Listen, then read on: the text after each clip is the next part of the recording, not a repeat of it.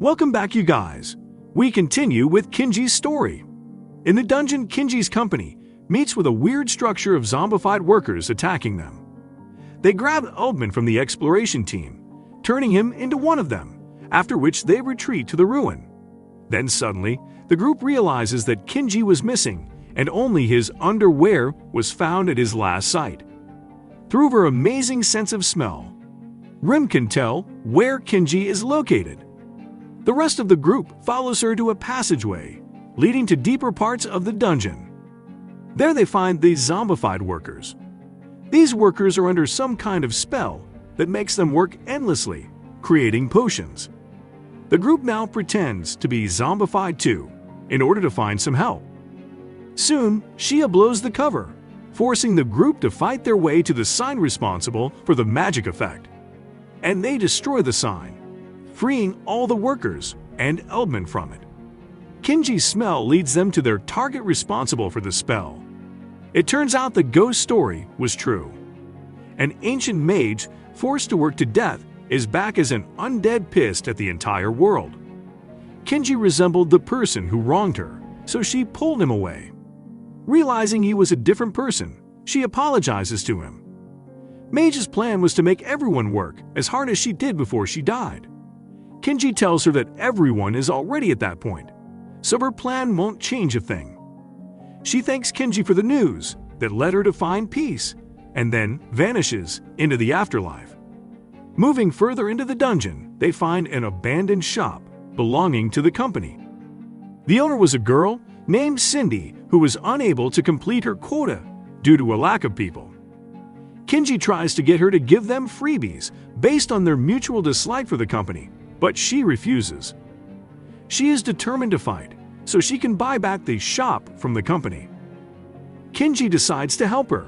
Kinji develops an idea after finding out that Cindy was forced to buy potions from an undead mage. She offers her innumerable profits in exchange for a discount on her best adventuring gear. Cindy agrees. They start by adding a bit of addictive substance to the potions and renaming them and advertising them to everyone in the dungeon. This accelerates the profits of the store. Unfortunately, the company closes the store as a felon due to the store's disregard of company policies. Kinji takes this opportunity and leaves with his group, leaving Cindy behind to deal with the aftermath. They delve deeper into the dungeon, and on this floor, they meet more of the company members, whom they saved from the monsters. These people tell the group that they've been stuck as the exits are sealed. They escorted them to their outpost only to find it besieged by more monsters. Luckily, some ants and wolves attacked the monsters, freeing the outpost. While they were observing this, a long red-haired lady, carrying a child, runs up to Kinji and is overwhelmed with joy to have found him, which makes Shia worried that this lady is his mistress. But when they didn't recognize her, the lady turned out to be the Ant Queen, who had learned the ability to transform into a humanoid shape. In the outpost, she explains to them how she was forced to evacuate with her kind due to sudden changes in the dungeon. On their way, they stumbled across Magan, Rim's sister, who was injured by Rim in her humanoid form, and the Ant Queen decided to take care of her. She explained to them how Magians are responsible for the flow of magic inside the dungeon, and on the Rim's abrupt dispersal, a second Magian was created in haste, which made her incomplete.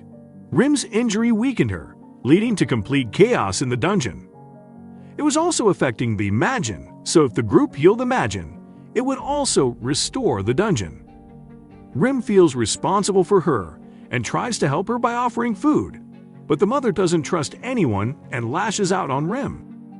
Rim feels depressed, blaming herself for the magazine's condition, and asks Kinji for help, to which he agrees.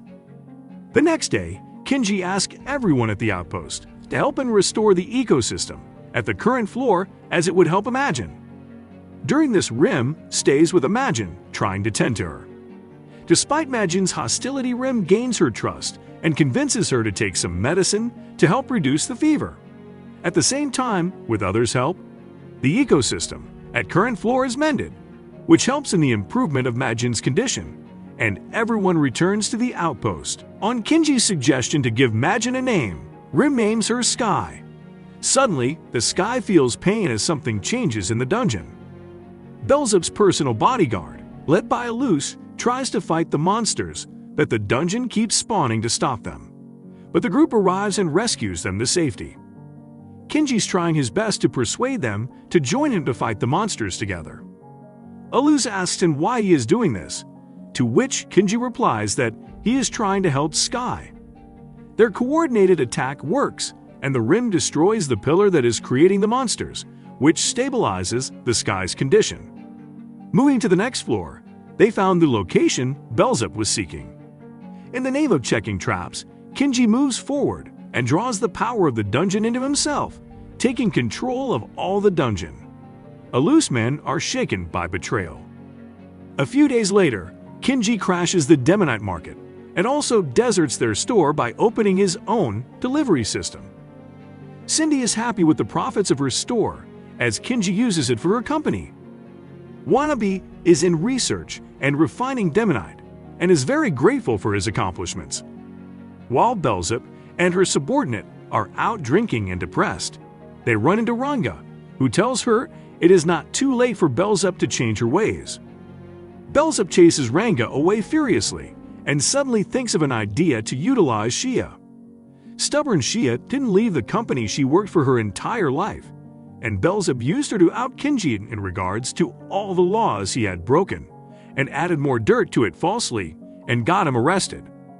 Kinji is investigated by a special threat investigator, but remains silent.